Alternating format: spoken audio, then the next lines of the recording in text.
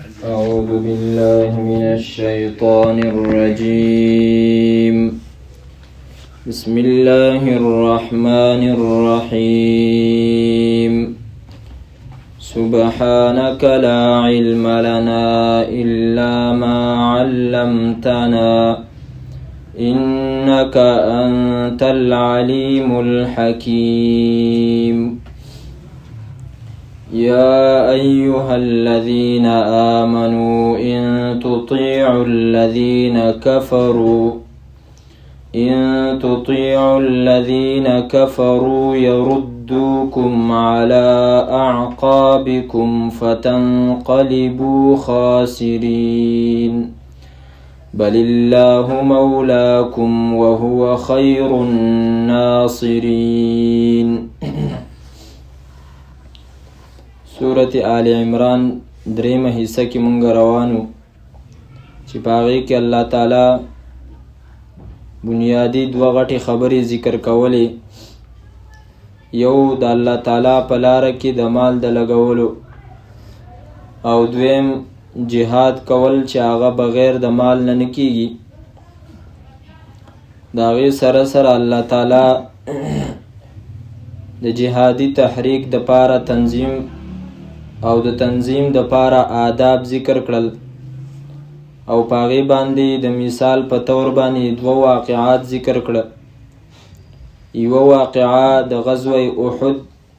او بل واقعه د غزوه بدر، او بیا د هغې حکمتونه تیر سبق کې منګه څه ناڅه ذکر کړل. کم آیات کریمه 149 چې منګه تلاوت کو، د دې آیات د شان نزول په باره کې، یعنی چې د دې آیات د نازلېدلو سبب څه، علماء کرامو د دې په باره کې ذکر کړي دي چې کله په احد کې د نبی اکرم صلی الله علیه وسلم د شهادت او د مرګ اوازه خوره شوه، نو په هغه وخت کې ځینې منافقانو دا خبره وکړه مسلمانانو ته چې اسیم پیغمبر وفات شو، نو څه کوو چې موږ د هغه په دین باندې ثابت قدم پاتې شو. د ابو سفیان نه تاسو امن وغواړئ او واپس به خپل دین ته لاړ شو، څه له ځان ووژنئ. نو الله تعالی دا آیت کریمه راولی و په دې کې الله تعالی فرمایي چې زما د دشمنانو سره تاسو دوستی مه کوئ، د هغو تابعداري مه کوئ، او خپل امن و امان د هغو خوښې ته مه سپارئ. که داسې مو وکړل نو تاسو به کفر ته واپس واړئ، تاوانیان به شئ. د قرآن کریم چې دا کم شان نزول منګه ویو، او دا خبره منګه کو چې دا آیت د پلانکی واقعي په باره کې راغلی دی، یا دا خبره کو منګه چې دا آیت کریمه د پلانکی کس په باره کې راغلی دی، د دې په باره کې قانون منګه واورو، په دې باندې ځان پوه کو. اکثر خلک په دې قانون باندې نه پوهیږي، د هغې د وجې نه بیا هغې دا خبره کوي چېرې دا خلک چې دی نو قرآن کریم په موږ باندې د کافرو آیتونه په موږ باندې فټ کوي. حالانکه دا خبره ټولو مفسرینو ذکر کړې ده چې د قرآن کریم ابتدا خو به خامخا د نزول د چا په باره کې شوي، خو بیا الفاظو ته کتلی کیږي چې د قرآن کریم هغه الفاظ د خاص کس په باره کې دي او کنه دغه الفاظ عام دي. که چرته دا الفاظ د یو خاص کس په باره کې، نو دغه آیت بیا د خاص کس په باره کې دی. لکه د نبی اکرم صلی الله علیه وسلم په باره کې د تهجد چې کوم آیتونه دي، یا ایها المزمل قم اللیل الا قلیلا، چې پاغې کې د علماو دوه قوله دي، تهجد په نبی صلی الله علیه وسلم باندې فرض او کنا، چې څوک فرض وایي نو د هغو قول او وینا دا ده چې دا آیت د نبی علیه السلام سره خاص دی. نو هغه بیا خاص دی، د هغې په باره کې بیا ته دا نشي ویلی چې تهجد په هر مسلمان باندې فرض دی. البته که د قرآن کریم آیتونه عامی په هغې کې یو کس نه خاص کړی شوی، نو په هغه ځای کې بیا مفسرین حضرات فرمایي العبرة لعموم اللفظ لا لخصوص السبب، چې اعتبار په قرآن کریم کې د آیاتو او د الفاظو عاموالی لده، یعنی منګه به د هغې اعتبار کو دې ته به نه ګورو چې دا آیت کریمه خاص د چا په باره کې راغلی. نو د دې وجې نه بنیادی خبره منګه دلته دا کوله چې آیت په اول کې خو د احد د میدان په باره کې راغلی دی، خو اوس دا آیات کریمه عام دی، څوک دا نشي ویلی چېرې ته د مسلمانانو په باره کې چې هغوی د کافرو خبره مني دا آیت څنګه فټ کېدا، خو د صحابه کرامو په باره کې راغلی او هغو ته پکې دا ویلی شوي چې تاسو د کافرو مه منئ، ورنه تاسو به کفر ته واپس واړئ. نو دلته موږ دغه خبره کوو چې آیت په اول کې خو د هغو په باره کې دی، خو علما کرام پې پوهېږي الذین آمنو اسم موصول سره د صلې نه دا په الفاظو د عموم کې راځي، یو خاص دی یو عام دی، دا د عموم په الفاظو کې راځي. د دې نه هر هغه کس مراد دی چې په هغه کې صفت د ایمانی، نو هغه ته الله تعالی فرمایي چې په چا کې صفت د کفري د هغه تابعداري ونه کړي. ګوره هغه کس کې باشد چې هغه به هر څوک که هغه وخت کې هغه د مکې والو د ابو سفیان په شکل کې او وروستو چې دی نو بیا د نورو کافرو په شکل کې دي،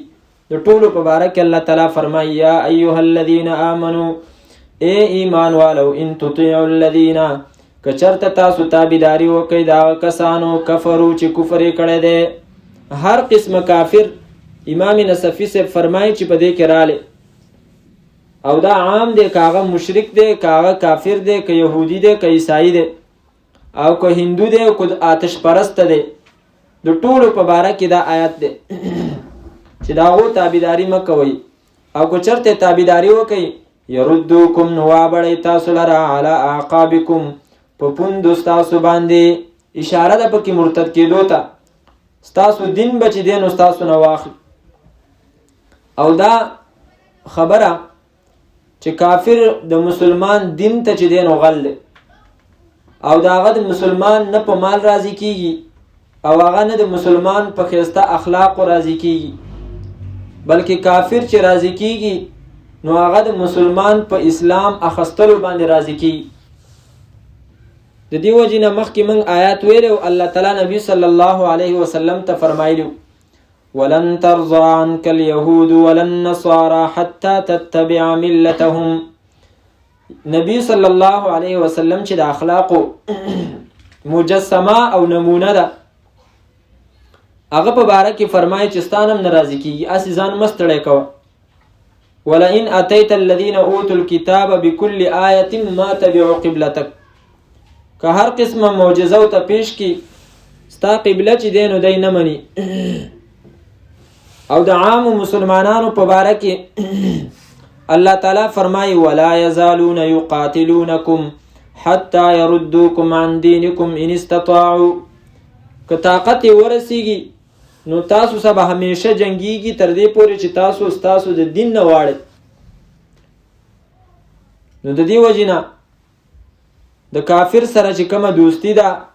هغه د مسلمان د ایمان د پاره چې دی نو انتهایی خطرناکه، د هغه ایمان ته هغه غله دي.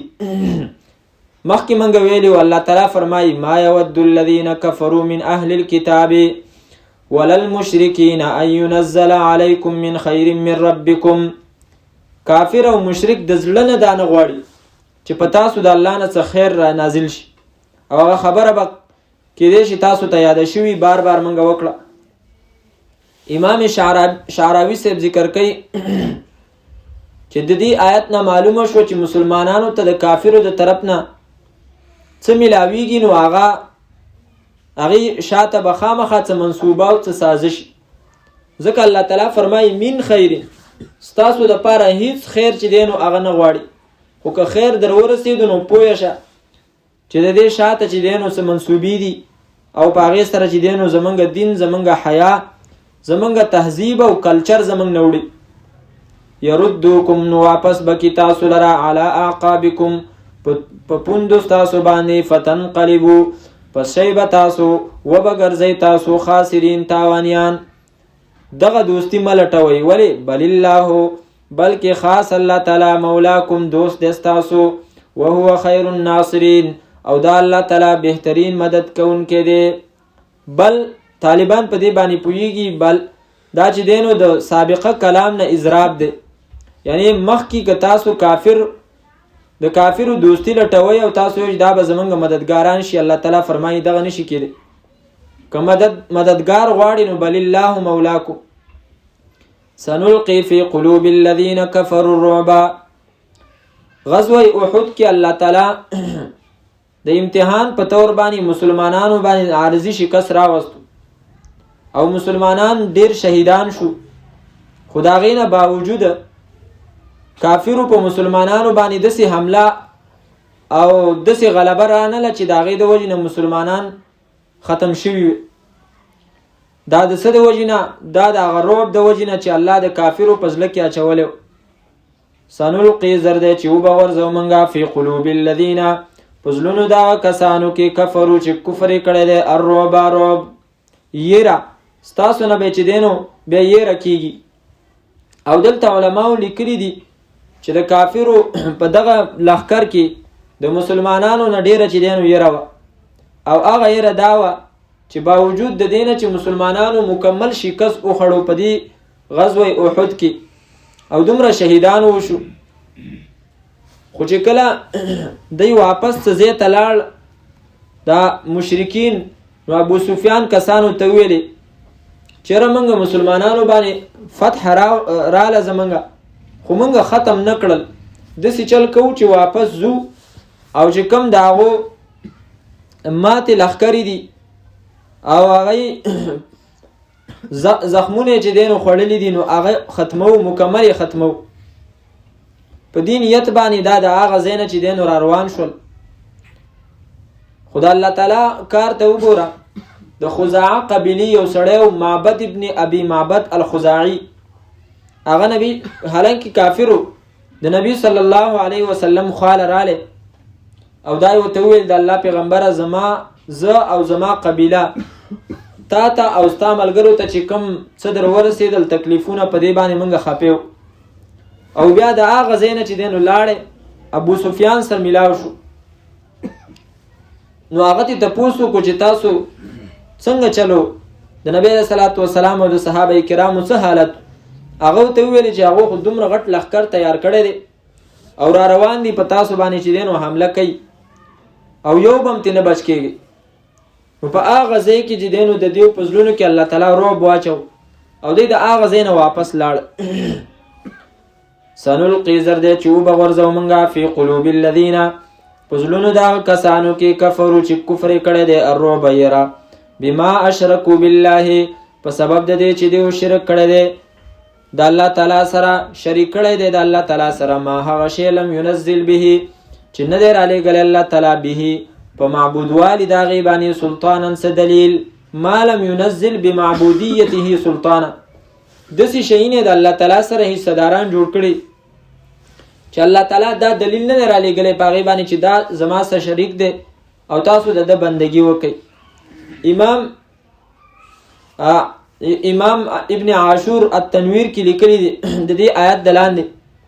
او هغه فرمایي چې الله تعالی دا حکمت دی چې هغه د ځینې اعمال خبیثه او د بدو اعمالو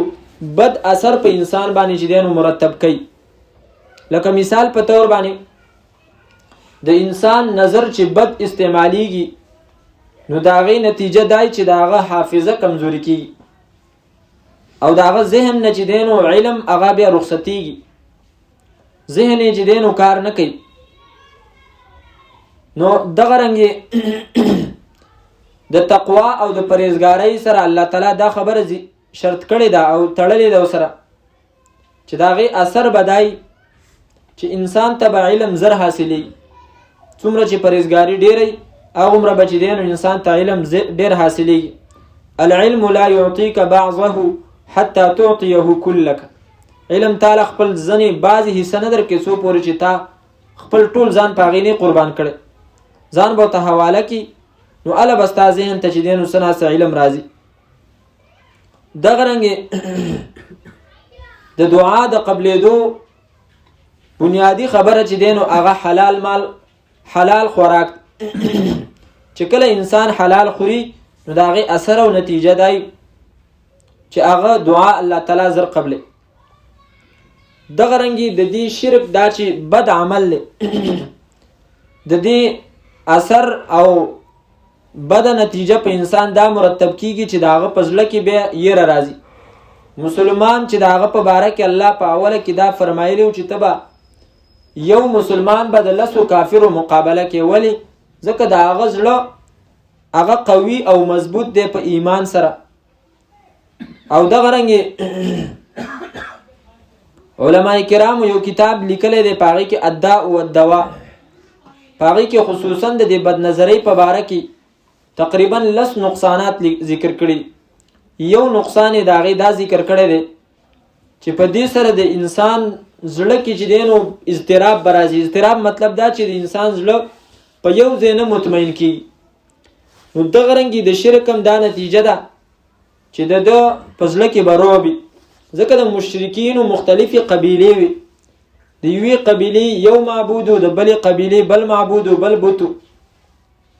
او د هرې قبیلې دا عقیده و چې دا زمونږ بوت دا کار کولی شي او دا بلې نشي کولی. نو د هغې د وجې نه د هر یو په خپل زړه کې چې دی نو یره وه د بل نه. الله تعالی فرمایي دا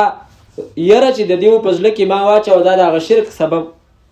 شرک وله دې سبب. ومأواهم النار، ټکانه د دی اور دی.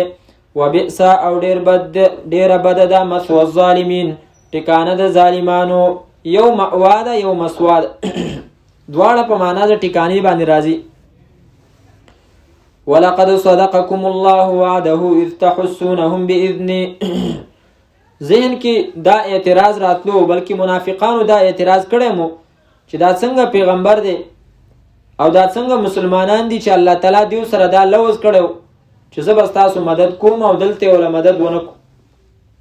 لوز یو څه کم ځای کې کړی و، سورة محمد کې راځي یا ایها الذین آمنوا ان تنصروا الله ینصرکم ویثبت اقدامکم. ایمان والو که تاسو د الله مدد کوئ، یعنی د الله د دین، الله تعالی به ستاسو مدد کوي. او دلته خو مدد ونه شو، نو د هغې جواب ولقد صدقکم الله، او خامخا په تحقیق سره رښتیا کړې وه ستاسو سره الله تعالی وعده، وعده خپله. طالبان په دې خبره باندې پوهېږي د هغو د فایدې لپاره. صدقه فعل چې دی نو دا متعدي کېږي یو مفعول ته، کوم د دې لپاره یو مفعول شو، او وعده د دې لپاره دا مفعول ثانی بغیر د حرف جر نه څنګه متعدي شو دی ته، 2 مفعوله ولا څنګه رال. نو د هغې جواب علما ذکر کوي التنویر لابن عاشور چې دې ته ویل کېږي الحذف والایصال. او د الحذف والایصال مطلب دا دی چې کله کله حرف جر د یو معمول نه هغه حذف کېږي او دغه فعل بغیر د حرف جر نه دغه معمول ته چې دی نو متعدي کېږي. لکه دلته صدقکم الله اصل کې و صدقکم الله فی وعده، الله تعالی ستاسو سره رښتیا وکړله په خپله وعده کې. به هر حال دا یو نکته. ولقد صدقکم الله، او خامخا رښتیا کړله ستاسو سره الله تعالی وعده، وعده خپله. اذ تحسونهم، کله چې تاسو ډېر په سختۍ سره وجل دی لره،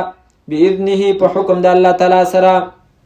نو مطلب دا دی چې الله تعالی لوز کړی استاد سره، هغه لوز د الله تعالی چې دی نو پوره شو. څنګه پوره شو؟ د احد په معرکه کې په اول کې تاسو کافر دسی وجل قتلا ذریعا، تحسونهم معنا ده قتلا کثیرا ذریعا، په ډیر وجلو سره. ځکه خو کافر ټینګ نشو او هغې د هغه میدان نه وتښتېدل. خو وروستو بیا چې دی نو د هغې هغه کومه وجه وه چې د هغې د وجې نه دغه فتحه په شکست باندې بدله شوه. نو حتی اذا فشلتم، هغه وخته پورې ستاسو سره الله تعالی خپل لوز پوره کړی، خو ستاسو نه غلطي وشوله، نو د هغې د وجې نه په تاسو حالات بدل شو. ولقد صدقکم الله، او خامخا په تحقیق سره رښتیا کړې وه ستاسو سره الله تعالی وعده، وعده خپله. اذ تحسونهم، کله چې تاسو ختمول کله چې تاسو تحسونهم ختمول حسونه داغو په قتل سره تحسونهم اذ تبتلون احساسهم دا چې کوم حواس دي اذ تبتلون حواسهم چې سترګې غوږونه دا تاسو داغو ختمول څنګه ختمول په قتل سره نو دې کې یو معنا ده کله چې تاسو ختمول حواس داغو په وجلو سره او دویمه معنا دغه مخکې چې مونږ وکړ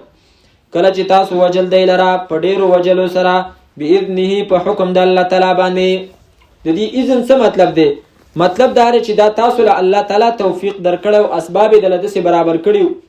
لوز د سره پورا کړو د کوم وخت پورې د الله لوز پورا شو حتی تر دې پورې اذا فشلتم کله چې تاسو کې بزدلی رااله او تنازعتم او اختلاف کو تاسو فی الامر په حکم د پیغمبر کې عربی کې دا فشل دا په معنا د کمزوري باندې راځي الجبن الضعف مع الجبن هغه کمزوري چې باغی کې څه ناس بزدلیم راشي دغه ته فشل ویل کی نو صحابه کرام کې چې کله دا ضعف او کمزوري رااله نو دا غینه رستو دی هغه چې کومه فتح او هغه په شکست بدل شو حتی تر دې پورې دا فشلتم کله چې تاسو کې سستی رااله کمزوري رااله وتنازعتم او اختلاف کو تاسو فی الامر په حکم د پیغمبر کې کوم حکم د نبی له صلوات و سلام چې دا غي د وجنه پاره کې اختلاف رااله او دا غي د وجنه فتح په شکست باندې بدل شو او علما کرام ذکر کوي چې کوم کسان نبی له صلوات و سلام تقریبا 50 یا 70 کسان پاغه غربانی کې نولیو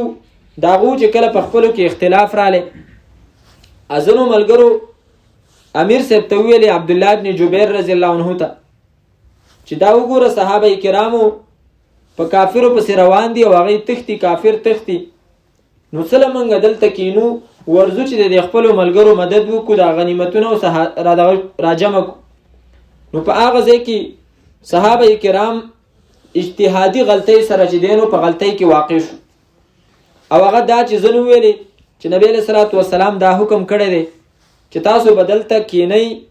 کومنګ ته فتح ملاویږي او کومنګ ته شکست ملاوي حتی دا چې دی هدا پوری راضی ولو کچرتا ولو تخطفت الطير اگر کومنګ چې دینو مرغی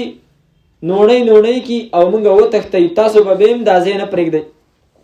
خو به هر حال صحابه کرامو په دې کې اجتهاد پیدا شو چې روز جنگ اسیم ختم شو دغه حکم دا وخت پورې و چې کله جنگ ختم شو و زمنګ دلته په ناسته کې څه فائدہ نشته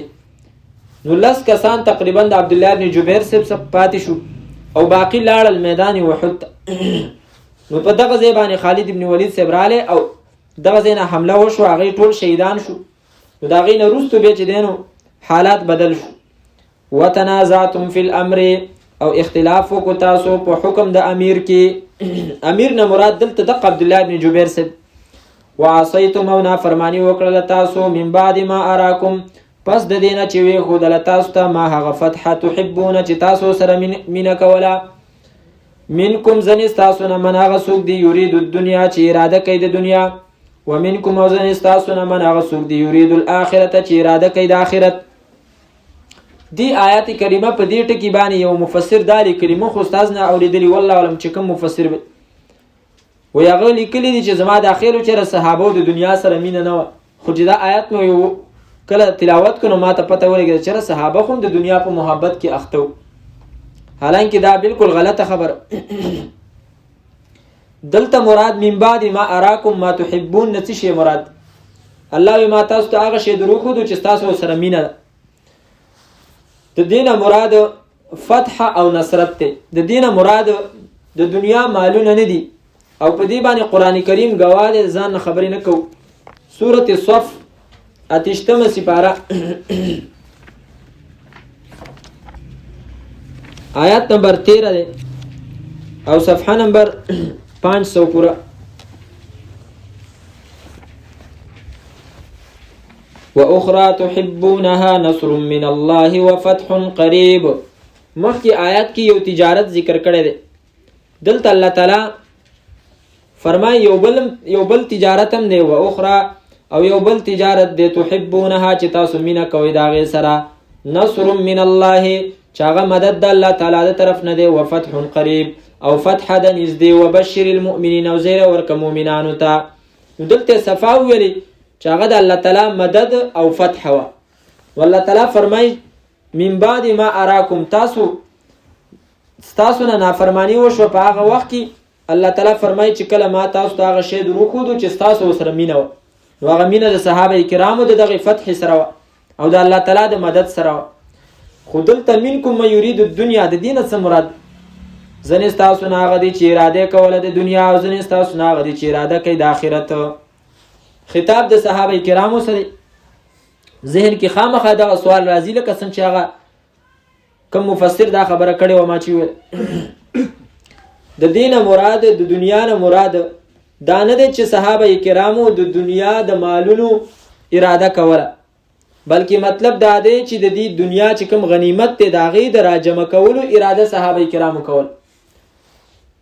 ځکه چې قانون دا دی چې کوم صحابه کرام یا کوم مجاهدین په یو جنگ کې شریک شي، نو په هغه جنگ کې چې کله فتح وشي نو د غنیمت چې څومره حصہ ده دا هر مجاهد ته ملاوي. که چېرته صحابه کرام په دغه ځای باندې پاتې شوي وي نو چې کوم غنیمتونه ملاوېدل دغه اسیم هغو ته ملاوېدل، دغه پکې اسیم حصه وه. هغو دپاره د دغه ځي د پرېښودلو چې کوم دی نو د هغې د وجې نه د هغو حصې ته څه نقصان نه رسېدو، او نه هلته پاتې کېدو کې څه نقصان رسېدو. د دې خو دا مطلب نه دی چې په مسلمانانو کله د کافرو سره جنګ شي او مسلمانان غالب شي او هلته بیا میدان کې غنیمتونه پاتې شي نو بس هر مجاهد له دا اختیار دی چې ته رانیسه به تالان دی چې څه لاس ته رالل، دغه شی خو نه. دا خو باقاعده قانون دی، واعلموا انما غنمتم من شیء فان لله خمسه.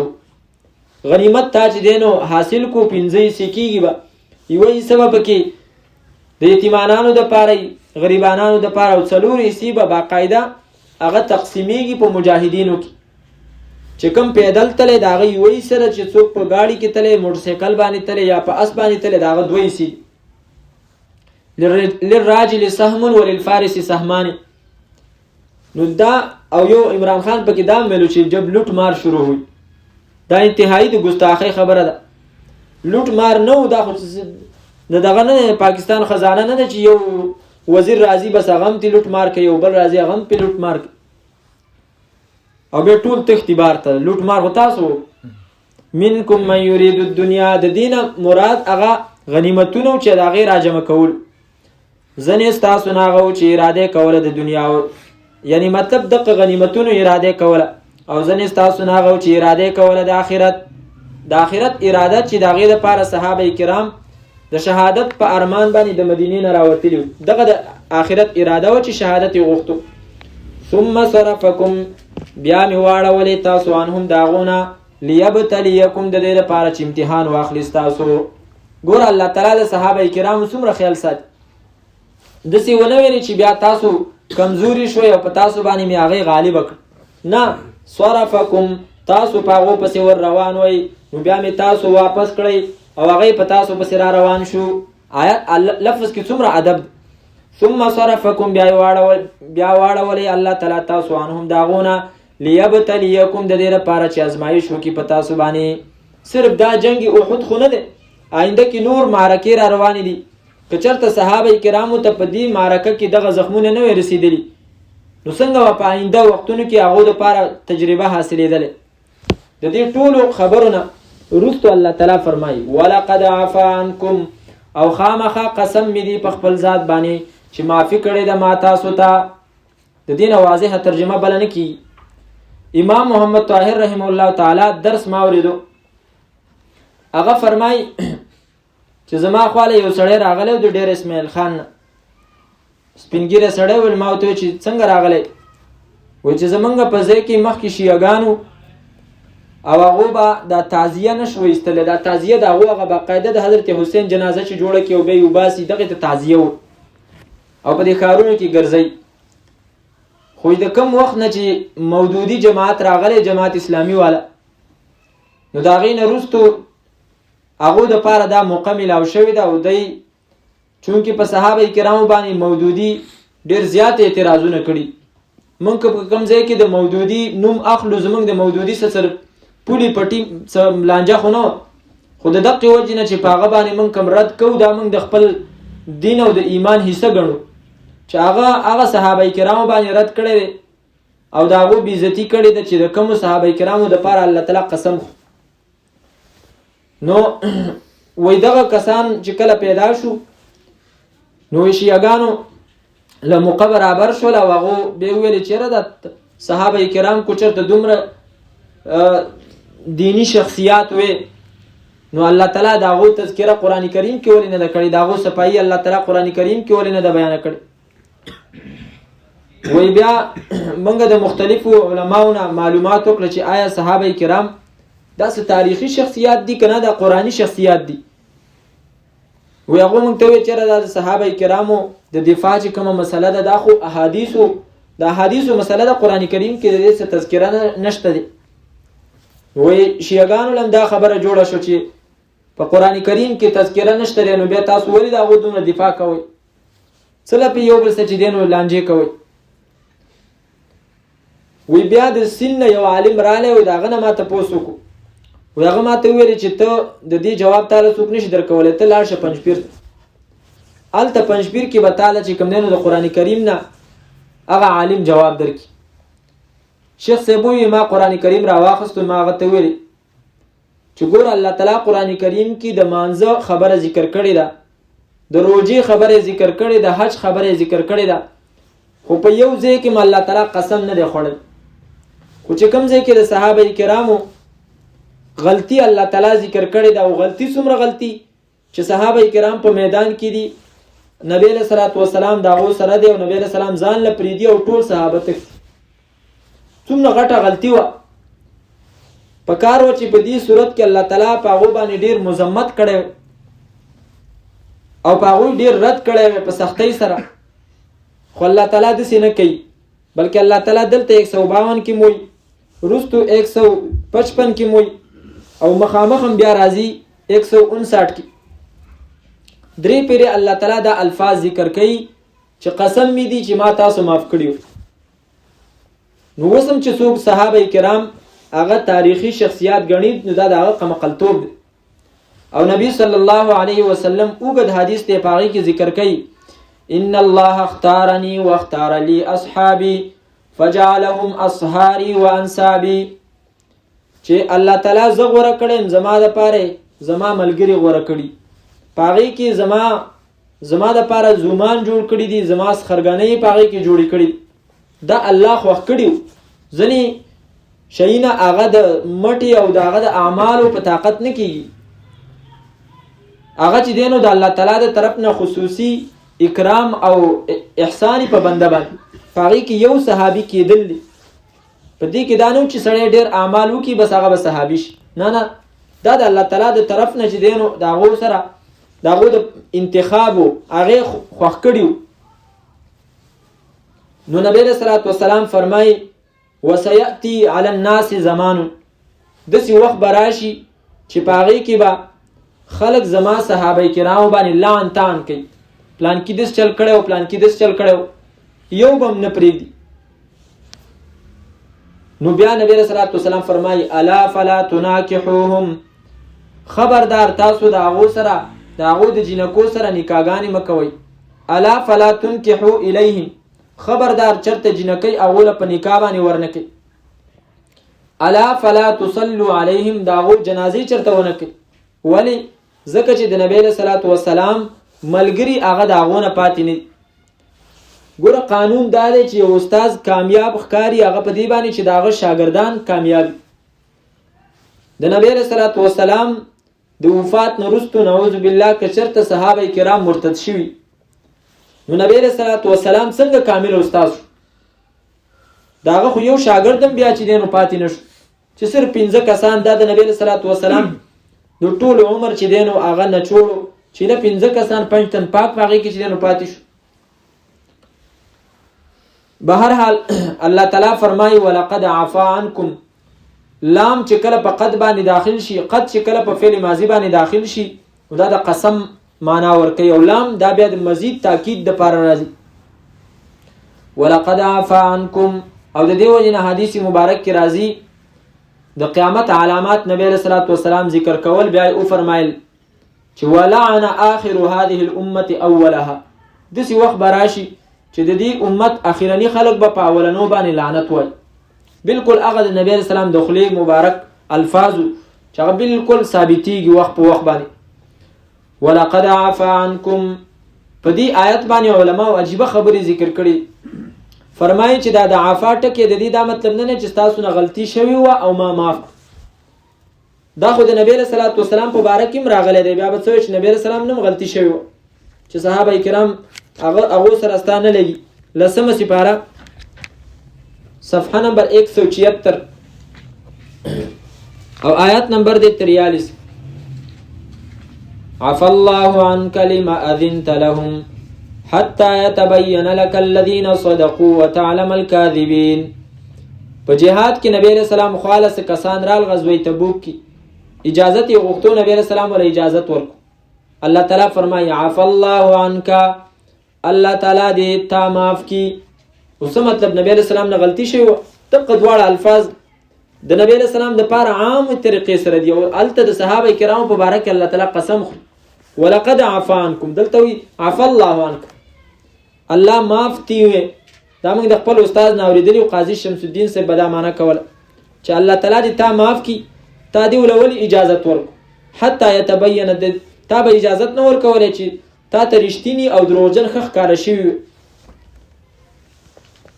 امام محمد طاهر رحمه الله تعالی ذکر کوي چې دا لفظ دې ته کلمه استفتاحیه وي کلمه استفتاحیه مطلب دا دی چې ته چاته خط لېږي نو ته هغه ته وې بخدمت جناب سلمه الله نو سلمه الله مطلب الله تعالی دې تا روغ وساتي دې دا مطلب نه دی چې ته ناجوړې او الله دې تعالی صحت درکړي نه مطلب دا دی چې الله تعالی دې تا داسې آینده کې روغ وساتي نو د دې مطلب او بیا ذکر کوي چې څوک د عفا دا معنی کوي چې د دینه مخکې و ګناه شوی او به هغه معاف شوله وی فهذا الرجل لم يعرف كلام العرب دا سړی بیا د عربی په معنی باندې نه پوهیږي د عربو په کلام باندې دا نه پوهیږي چې د عفا دا معنی کوي چې مخکې ګناه ته شوی او الله معاف ولقد عفا عنكم او خامخا قسم می دی په خپل ذات باندې چې معافي کړي د الله تعالی عنكم تاسو ته والله الله تعالی ذو فضل د مهرباني والده علی المؤمنین په مؤمنانو باندې دا څنګه چې دین او ته د صحابه کرامو په باره کې داوي چې صحابه کرامو نه دونه غټه غلطي شوې ده که غلطي شوې الله تعالی به ته فرمایله چې تاسو دای وي تاسو منافقان وي الله ولا تسلی ورکړي چې خپکیږي ما تاسو معاف کړیو اذ تسعدون ولا تلوون على احد والرسول يدعوكم کله چې په میدان احد کې صحابه کرام هغه اچانک هنګامه شوله او اچانک حمله ونو داغې د وجنه صحابه کرام مدینه منوره ته روان شو نو دغه حالت الله تعالی ذکر کوي اذ تصعدون صرفكم د پاره دا ضرب دی تاسو واړه ولې کله اذ تصعدون کله چې تاسو روان وي مدینه طرف ته تصعدون دا په معنا د خطرونه نه دي ځنې خلک د دې دا معنا کوي چې کله تاسو په غره باندې خطي هغه بیا د صاعده يصعدون چې کله مجرد راشي دا خو باب افعال نه مزید دی په معنا د السير على مستوى الارض په سیده ځمکه باندې مزل تجدین دا ویل کیږي اذ تصعدون کله چې تاسو روان وي په سیده ځمکه باندې په وار ځمکه باندې مدینه طرف ته ولا تلوون او تاسو نه قتل على احد هیڅ یو تنتا والرسول پیغمبر يدعوكم راغختل تاسو فی اخراکم پاغرستنی ډله کې پاغه ډله کې چې پیغمبر په میدان کې ولاړو نبی رسول الله والسلام په هغه ځای کې تاسو تداول الی عباد الله انا نبی الله من کرف له الجنه اې د الله بندگانو زما خواله راشي زه د الله پیغمبرم چا چې دوباره حمله وکړه هغه لپاره جنت دلته اوس بریلانو د يدعوکم نه دا مقصد اخسته لري چې د غیر الله نه دعا غوښتل دا جایز دی وګوره پیغمبر چې دا ویلي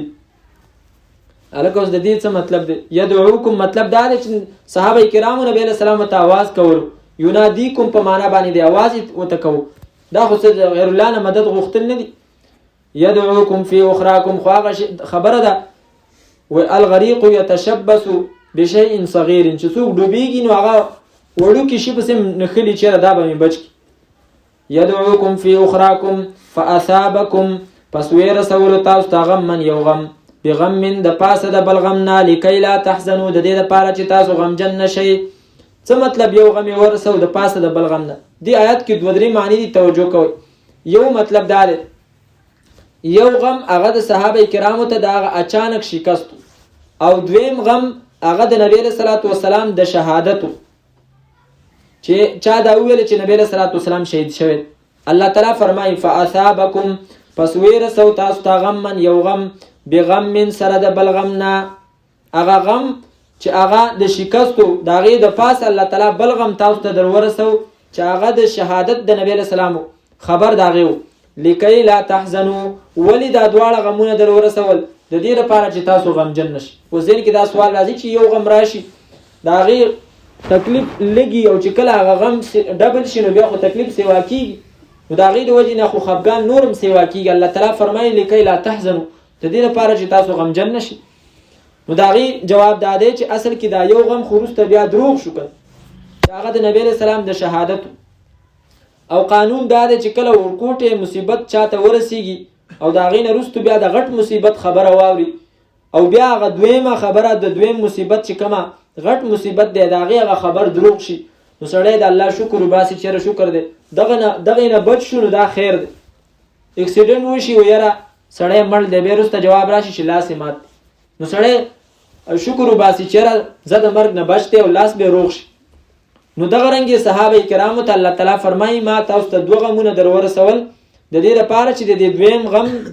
کله پته ولګېده چې هغه خو نبی علیه السلام خو روغ دی، نو د دې لپاره چې تاسو غمجن نشئ. او دغه وجه د نبی علیه الصلوة والسلام چې کله واپس کېدو نو مدینې منورې زنانو دا تپوسونه کول چې نبی علیه الصلوة والسلام ژوندی دی. چې کله پته ولګېده نو دا وویلې شوه وکل غم بعدک جلل، د الله پیغمبر ستا د موجودګۍ نه وروستو هر غم هغه معمولی دی. والله تعالی فرمایي لکی لا تحزن. دویمه معنا د دې دا ده چې بغم من کې طالبان پې پوهېږي دا با سببیه ده، نو مطلب دا شو فاصابکم پس ورسو تاسو ته غم من یو غم بغم من په سبب د بل غم باندې بغم من اذقتموه رسول الله په سبب د هغه غم باندې چې تاسو رسولی د الله پیغمبر ته، یعنی نبی علیه السلام تاسو کېنولی وی او تاسو هغه ځای پرېښودو، په دې باندې نبی علیه الصلوة والسلام ته پریشانی ورسېدله. حضرت خالد ابن ولید د هغه ځای نه رالی، نو د هغې د وجې نه الله تعالی تاسو ته غم در ورسو. شکست چې کوم دی نو په ظاهره کې هغه شکست وشو. لکی لا تحزنوا د دې لپاره چې تاسو غمجن نشئ علی ما په هغه څه باندې فاتکم چې لاړل ستاسو نه، چې کومه فتحه لاړه په هغې باندې تاسو خفه نشئ، ولا ما اصابکم او نه په هغه زخمونو باندې چې رسېدلي وو تاسو ته. والله تعالی خبیر خبردار دی بما په هغه څه باندې تعملون چې تاسو یې کوئ. یا ایها الذین آمنوا ای ایمان والو ان تطیعوا الذین که چرته تابعداري وکړئ تاسو دا کسانو کفرو چې کفر یې کړی دی یردوکم نو وابړئ تاسو لره علی اعقابکم په پوندو ستاسو باندې فتنقلبون وبګرځئ تاسو خاسرین تاوانیان. بل الله بلکې الله تعالی مولاکم دوست دی ستاسو مددگار دی ستاسو وهو خیر الناصرین او دا الله تعالی بهترین مدد کوونکی دی. سنلقي زر دی چې وبغورځو موږ فی قلوب الذین په زړونو دا کسانو کې کفرو چې کفر یې کړی دی الرعب یره بما اشرکو په سبب د دې چې دوی حصهدار جوړ کړی دی حصهداران جوړ کړی دي بالله د الله تعالی سره ما هغه لم ينزل چې نه دی رالیږلی الله تعالی به په معبودوالي د هغې باندې سلطانا څه دلیل. ومأواهم النار او ټکانه د دې اور دی وبئس او ډېره بده ده مثوى الظالمین ټکانه د ظالمانو. ولقد صدقكم الله او خامخا په تحقیق سره رښتیا کړله ستاسو سره الله تعالی وعده وعده خپله اذ تحسونهم کله چې تاسو دلدل کول دی لره باذنه په حکم د الله تعالی باندې، یعنی ډېر په کثرت سره موجل حتی تر دې پورې اذا فشلتم کله چې کمزوري راله په تاسو کې وتنازعتم او تاسو اختلاف وکړو فی الامر په حکم د امیر کې وعصیتم او نافرمانی وکړله تاسو من بعد ما وروسته د هغه څه نه اراکم چې وی ښودل تاسو ته من بعد ما وروستو د دې نه اراکم چې وی ښودله تاسو ته ما هغه فتحه تحبونه چې تاسو سره مینه کوله منکم ځنې ستاسو نه من هغه څوک یرید الدنیا چې اراده کوله د دنیا یعنی د راجمع کولو د غنیمت ومنکم او ځنې ستاسو نه من هغه څوک یرید الاخره چې اراده کوله د آخرت ثم صرفکم بیا واړولې تاسو عنهم د دې کافرانو نه لیبتلیکم د دې لپاره چې امتحان واخلي الله تعالی تاسو ولقد عفا عنکم او خامخا په تحقیق سره قسم می دی معاف کړی وای الله تعالی فرمایي ما عنکم تاسو والله الله تعالی ذو فضل مهرباني والده علی المؤمنین په مؤمنانو باندې اذ تصعدون کله چې تاسو روان وای مدینه طرف ته ولا تلونا او شاتم نه قتل علی احد هیڅ یو تنتا والرسول او پیغمبر يدعوکم راغختلی تاسو فی اخراکم پاغه ډله کې چې هغه رستو وا فاصابکم نو ورسو تاسو ته غمن یو غم بغم د پاسه د بل غم نه لکای لا تحزنوا د دې لپاره چې تاسو غمجن نشئ علامه پاغه سبانی فاتکم چې لاړل تاسو نه ولا ما او نه پاغه مصیبت زخمونو باندې اصابکم چې ورسېدل تاسو ته والله الله تعالی خبير خبردار دی بما پاغه سبانی تعملون چې تاسو یې کوئ. الحمد لله رب العالمين والعاقبة للمتقين والصلاة والسلام على نبينا محمد وآله وصحبه أجمعين. ربنا اغفر لنا ذنوبنا وكفر عنا سيئاتنا وتوفنا مع الأبرار. ربنا اغفر لنا ولإخواننا الذين سبقونا بالإيمان ولا تجعل في قلوبنا غلا للذين آمنوا ربنا إنك رؤوف رحيم.